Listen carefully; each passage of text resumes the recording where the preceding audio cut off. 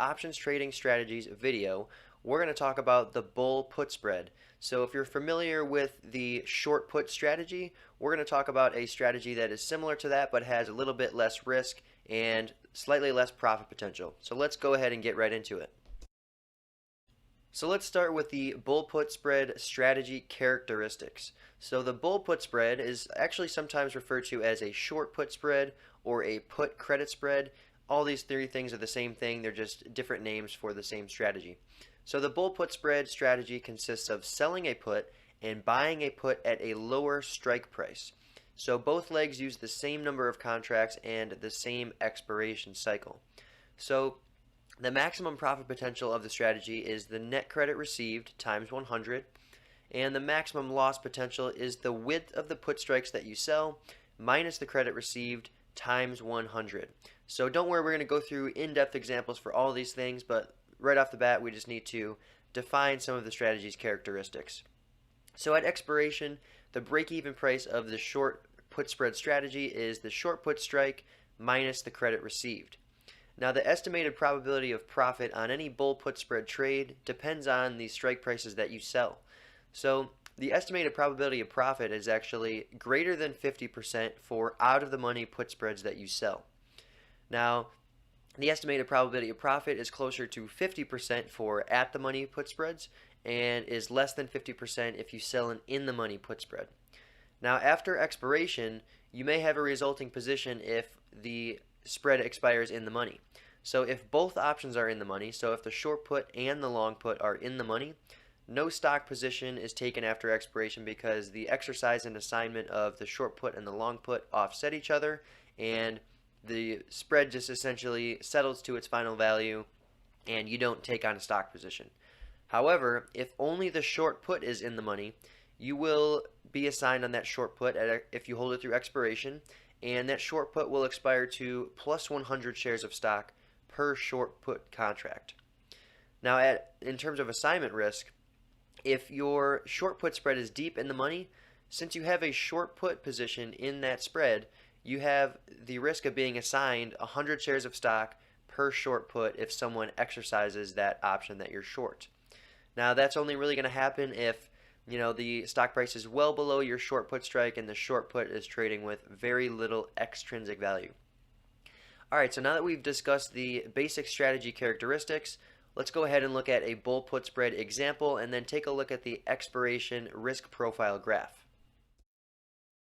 Alright, so let's go ahead and look at an example bull put spread trade. So here we have various strike prices and we can see the put price for each corresponding strike price. So let's say at the time of these option prices, let's say the stock price is trading for $90 and we sell the 90.85 put spread. Now that means we're going to sell the 90 put and we're going to buy the 85 put. So we're going to sell the 90 put for $5.09 and we're going to buy the 85 put for $2.84. Now since we collected more than we paid out, this is going to result in a net credit for the spread. So since we received 509 and we paid out 284, the net credit in this case is $2.25. Now the width of the spread is $5. Since we sold a put with a strike price of 90 and purchased a put with a strike price of 85, there's $5 between the short put and long put, so we would say the spread's width is $5 in this case. So let's go ahead and take a look at the expiration risk profile graph for this example trade. So as we can see here, the maximum profit potential is $225, and that's realized if the stock price is at $90 or above $90 at expiration. Now that's because since we collected a net credit of $2.25, if this entire put spread expires out of the money and the short put and long put expire worthless, we keep that $2.25 credit. Now the standard option multiplier is 100, so since that we collected $2.25 on that spread, that actually results in a credit of $225 that we can potentially make. Now, in regards to losses, we know that the maximum loss potential on a short put spread is the width of the put strikes less the credit received times 100. So in this case, we have a $5 wide put spread, and we collected $2.25 for that spread. So $5 minus $2.25 gives us $2.75 that we can lose on the spread. Now if we multiply that $2.75 loss times 100, we get to a maximum loss of $275. Now that maximum loss occurs if the stock price is at or below $85 at expiration. So at or below our long put strike price. Now that's going to result in a maximum loss of $2.75 because if the stock price is below $85 at expiration, this short 90-85 put spread is going to be worth $5. Now, since we sold it for $2.25, if its value increases to $5, we're going to be out $2.75 per spread, which is a maximum loss of $275 per spread. Now the break-even price is $87.75. Now that comes from the short put strike price of $90 less the $2.25 credit we received, which gives us $87.75. So if the stock price is right at $87.75 at expiration, we're going to break even on this trade because the short 90 put, will be worth $2.25, and the long 85 put will expire worthless. So if we add those two values together, 225 plus 0, we get a spread value of $2.25. So since we sold the spread for $2.25, if it's worth $2.25 at expiration, we break even. So this is just the expiration risk profile graph for this particular put credit spread. Alright, now that you know the basic characteristics of the bull put spread and you know the expiration risk profile graph, let's go ahead and take a look at 3 example trades and look at how a short put spread performs through time, because you know the expiration risk profile graph tells you what will happen at expiration, but a put spread will change value through time, and if you're short a put spread, you could potentially manage that trade early. So let's go ahead and take a look at how a short put spread performs through time as the stock price is changing. So here's the setup. The initial stock price is 109.96, and we're going to sell the 110 put and buy the 95 put, expiring in 46 days. Now we're going to collect $9.22 for the 110 put, and we're going to pay $3.67 for the 95 put. So our net credit in this case is $5.55. Now just one more thing, the spread width is $15 in this case because we're selling the 110 put and we're buying the 95 put, so there's $15 between the put strikes. So our break-even price in this case is the short put strike price of 110 less the $5.55 credit we received, which brings our break-even price to 104.45.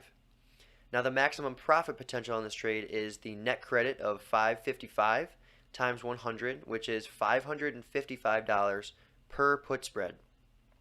Now the maximum loss potential is the $15 wide put strikes minus $5.55 we received in credit times 100, which brings our maximum loss to $945. So we sold the put spread for $5.55. The most the put spread can be worth at expiration is $15, which means if we sell it for $5.55 and it goes to $15, our loss will be $945 per spread. So let's go ahead and take a look at how this short put spread performs through time as the stock price is changing. So in the top part of this graph, we're looking at the changes in the stock price relative to the short put strike price, the long put strike price, and the put spread's break-even price. And on the bottom part of the graph, we're looking at the price of the 110.95 put spread and any corresponding profits or losses as the spread's price is changing. So as we can see here, the stock price rises initially, and that means the short put spread's price actually decreased a little bit. And we can see from that initial increase in the stock price, we actually were profiting as a short put trader, because if you sell a put spread, you want the spread's price to decrease, which happens when the stock price increases or time passes and the stock price is above the break-even price. Now, as we can see, that lift in the stock price did not last long, and the stock price actually fell from around $115 all the way down to less than $85, which is well below the put spread that we sold. So as we can see here, as the stock price is decreasing, the 95-110 put spread is actually increasing in value. Now, since we sold the spread and it's increasing in value, that means we're losing money as the spread's price grows and grows. Now, at expiration, the stock price is below the long put strike price of 95, which means this put spread actually settles to its maximum value of $15. Now, since we sold it for $5.55 and at expiration it was worth $15, we would have incurred the maximum loss potential of $945 in this case. Now, keep in mind that you can always close a put spread early before expiration if you want to lock in a loss or lock in a profit. So in this case, since we're short the 110 put and we're long the 95 put, to close this short put spread before expiration, we would have to buy back the 110 put and sell the 95 put in the same transaction at their current market prices. So let's say you wanted to sell the spread when it reached $10. So once it reached $10, you could just close that spread and buy it back. And since you sold it for $5.55, if you bought it back for $10, your loss would have been $4.45 per spread, or a loss of $445 per spread. So now let's look at another example of a short put spread.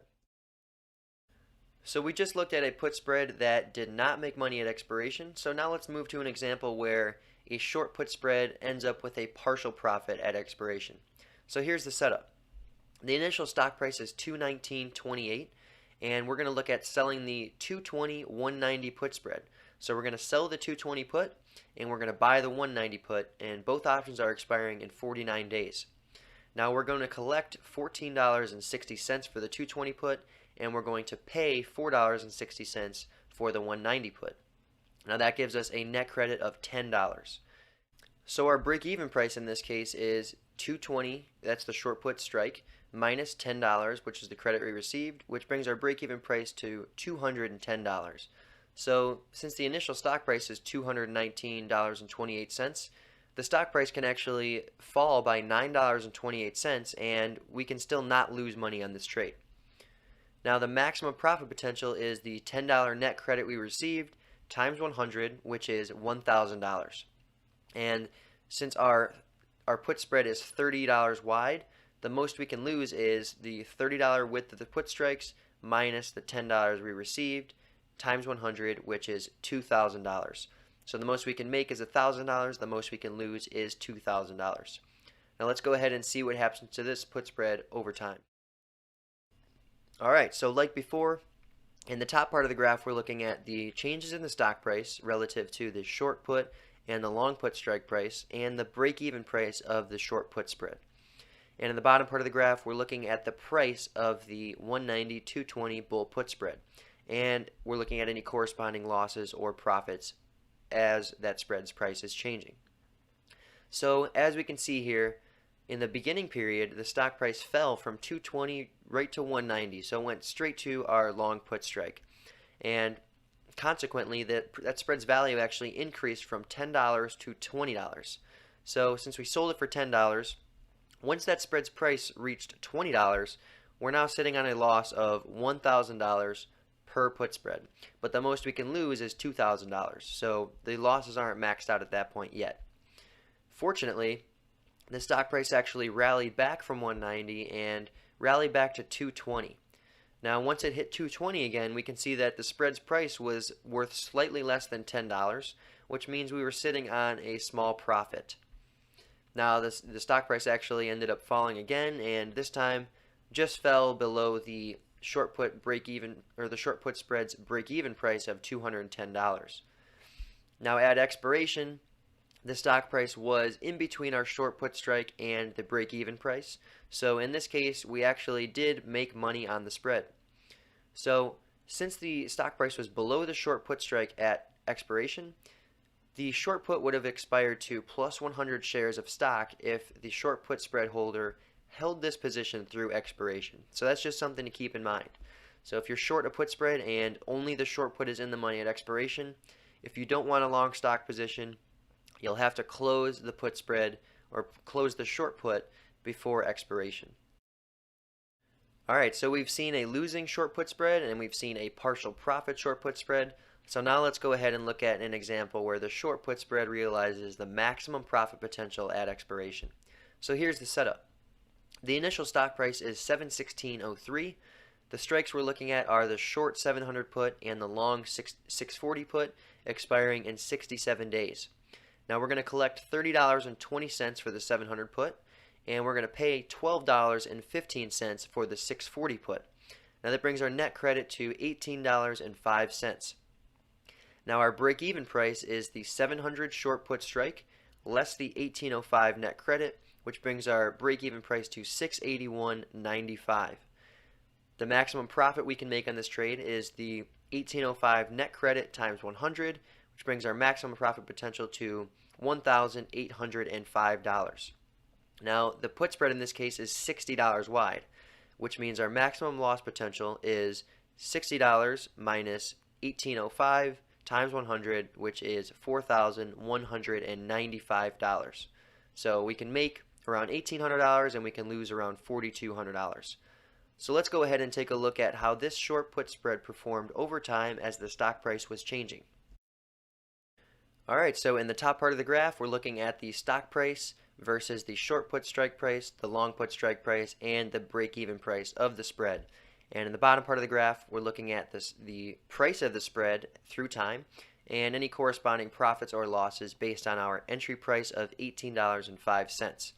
So as we can see here, in the initial period, the stock price fell towards our short put strike price, rallied back a little bit, fell down to the break-even price, and then continued to rally from there. So as we can see here, we did have some losses at some points during this trade, but for the most part, between 30 days to expiration and 0 days to expiration, the stock price rallied and was above our short put strike price at expiration. And as such, the short put spread expired worthless at expiration, which means if we sold the spread for $18.05, we kept the $18.05 credit, which means our maximum profit in this case was $1,805. Now, you will notice that around 45 days to expiration, the stock price surged from $700 to around $775, and the spread's value actually fell to around $5. So maybe if you wanted to manage a winner early and you wanted to close the trade for a profit, you could have actually bought this short put spread back when it was worth around $5, and you would have locked in a profit around $13.05. So just keep in mind that you never have to hold a put spread or any trade to expiration, and in this case, if you wanted to close the put spread early for a profit, you could have just purchased the spread back at its current price when it was less than $18.05. So you never have to hold the trade to expiration, you can always close it early. So this is just a good example showing that if the stock price doesn't collapse through your put spread and is above your short put strike price at expiration, both of the options of the short put spread will expire worthless and you will keep the net credit, and that means you make the max profit of the spread. Alright, so let's go ahead and go over the main concepts from this video. So selling put spreads is also known as bull put spreads or short put spreads or put credit spreads. Those are all names for the same strategy. So selling put spreads is a bullish strategy that has limited profit potential and limited loss potential. So compared to just selling a put outright, by defining the risk and buying that put against your short put, you limit your profit potential a little bit more than you would if you had just sold the put, but your risk is significantly less than just selling the put outright. So a short put spread is a less risky version of selling a put. Now the max profit on a short put spread is the net credit received times 100, which occurs when the stock price is above the short put at expiration or significantly above the short put before expiration. Now the max loss on a short put spread is the width of the put strikes less the credit received times 100. And the max loss occurs when the stock price is below the long put at expiration or is significantly below it before expiration. Now, as we talked about, to close a bull put spread, a trader can buy back the spread at its current price to lock in profits or losses. So you never have to hold the trade to expiration if you don't want to. Now lastly, since you do have a short option in a short put spread, you do have early assignment risk. Now if your short put is deep in the money and it has very little extrinsic value, you're at risk of being assigned 100 shares of stock per put contract that you are short.